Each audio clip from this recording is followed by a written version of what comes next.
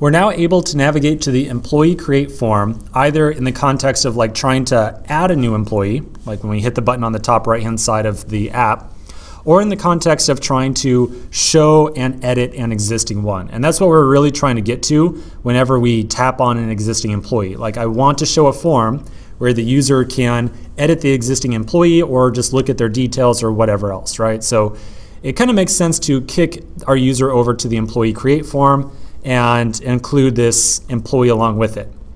We don't really need the console log anymore in here, so I'm going to take the console log out just to do a little bit of cleanup. Now, this topic of, or this idea of trying to reuse this form when we want to edit or like show an employee is a little bit divisive in the web development community. So we're going to do a little bit of a lecture for a moment, just do a little bit of a detour to talk about this. The somewhat controversial decision that we need to make right now is deciding whether or not we should reuse this component for both creating and editing an employee. Okay, that's the path I've kind of directed us towards, but I want to stop for just a second and ask ourselves, is that the right decision? Do I want to have one component that is responsible for both creating an employee and also editing one? So let's take a look at a diagram that's going to help us kind of hash out the differences here. The reason this is a big deal, or like deciding whether or not we should have a single component to handle both operations, is because there's a lot of logic inside this form that is very common to both creating and editing an employee, right? Like on the left-hand side here, I've got the form to create an employee. On the right-hand side is the form that will like edit an employee. Both forms are going to show name, phone, and shift. So both of them definitely show that. Oops. The only big difference between them is the presence of the different buttons at the bottom. So on the create form, we just have like save, or I think we actually called it create employee. Yeah, create is what we called it. And on the edit side, we would probably have a very similar button, but it would do something very different, right? It would try to update an existing employee as opposed to create one from scratch. We would also have the delete button down here, and the original mocks I put together also showed a button to text this particular employee their schedule as well. So clearly some aspects of this form are shared between these two different operations, but some aspects are not, like all the buttons at the bottom are not shared. So that is why we have to ask ourselves, does it make sense to try to reuse this component?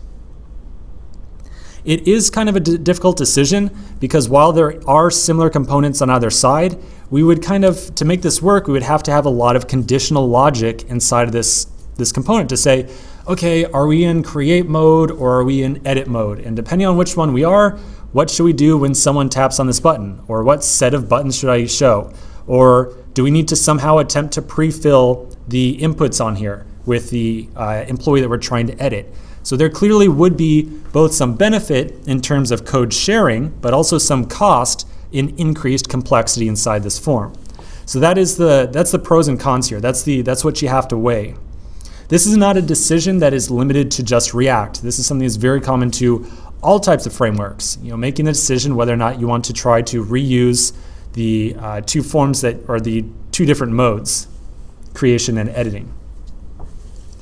So there is one other factor to think about when you're attempting to reuse these forms.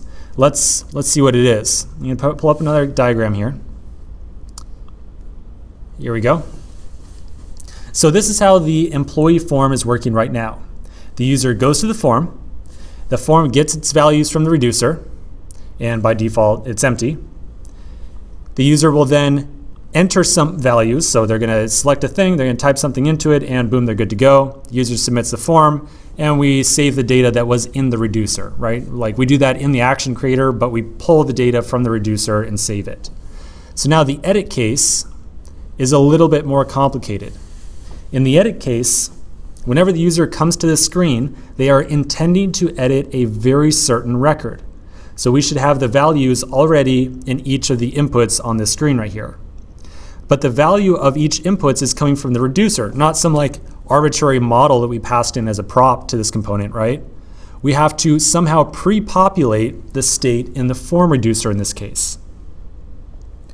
The other really important aspect here is that the user is changing these values. And whenever they change the values in here, this is something that I really want to just point out as kind of a side topic. Whenever the user starts to edit the values in this form, above all, we want to avoid editing our employee model. So remember, we are passing an employee in here, that this.props.employee. Above all, we always want to avoid editing that existing model in memory. And the reason for that is that at any point in time, our user could change the name from Sarah to Jill or Amanda, right? But then they say, oh, you know what? Sarah actually did not change her name, and they end up hitting the back button. If you had changed that original employee model that was sitting in memory, you've now got a dirty model, and you would have to reach back out to Firebase somehow and reload that model from Firebase. So when we think about the edit case here, we need to somehow pre-populate our state in the form reducer, and we want to make sure that whenever a user edits the form, we are not editing the employee in memory, like the one that is stored in our employees reducer. We are editing the employee that is stored inside the form reducer. Then when a user finally clicks save, we could submit the form and save the data for the reducer. So a lot of different topics that we covered here. Let me give you just one big summary. The edit form and the create form behave just a little bit differently, just enough for us to have to wonder about how much code we can reuse between each of them, and really just enough to make us feel guilty if we don't try to reuse at least a little bit of code. So let's continue in the next section and try to figure out what the best case or what the best path forward is for making at least some reusable or some attempt at reusing some of the code that we've already got in our form.